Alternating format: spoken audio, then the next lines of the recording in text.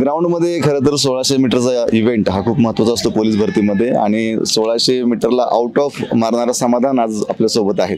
समाधान, पोलीस भरतीची तयारी कशी चालली? एकदम जोरदार आणि सर पण तेवढं करून घेणार. एकंदरीत किती वर्ष झाली तयारी चालली आहे? तर असं समजा मी पहिले आर्मीचे करत होतो. आर्मीमध्ये काय झालं त्यानंतर मी 16-17 नंतर पोलीस भरतीच्या मध्ये.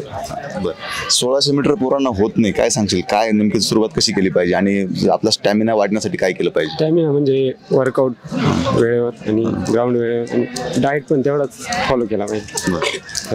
ओके, तुझं रोजचं शेड्यूल कसं आहे? सकाळी 6ला ग्राउंड येतो, 7 ते 8 ग्राउंड आणि त्यानंतर घरी जाऊन डाएट वगैरे आणि त्यानंतर मग आपला अभ्यास वगैरे लायब्ररी क्लास. बरं बरं.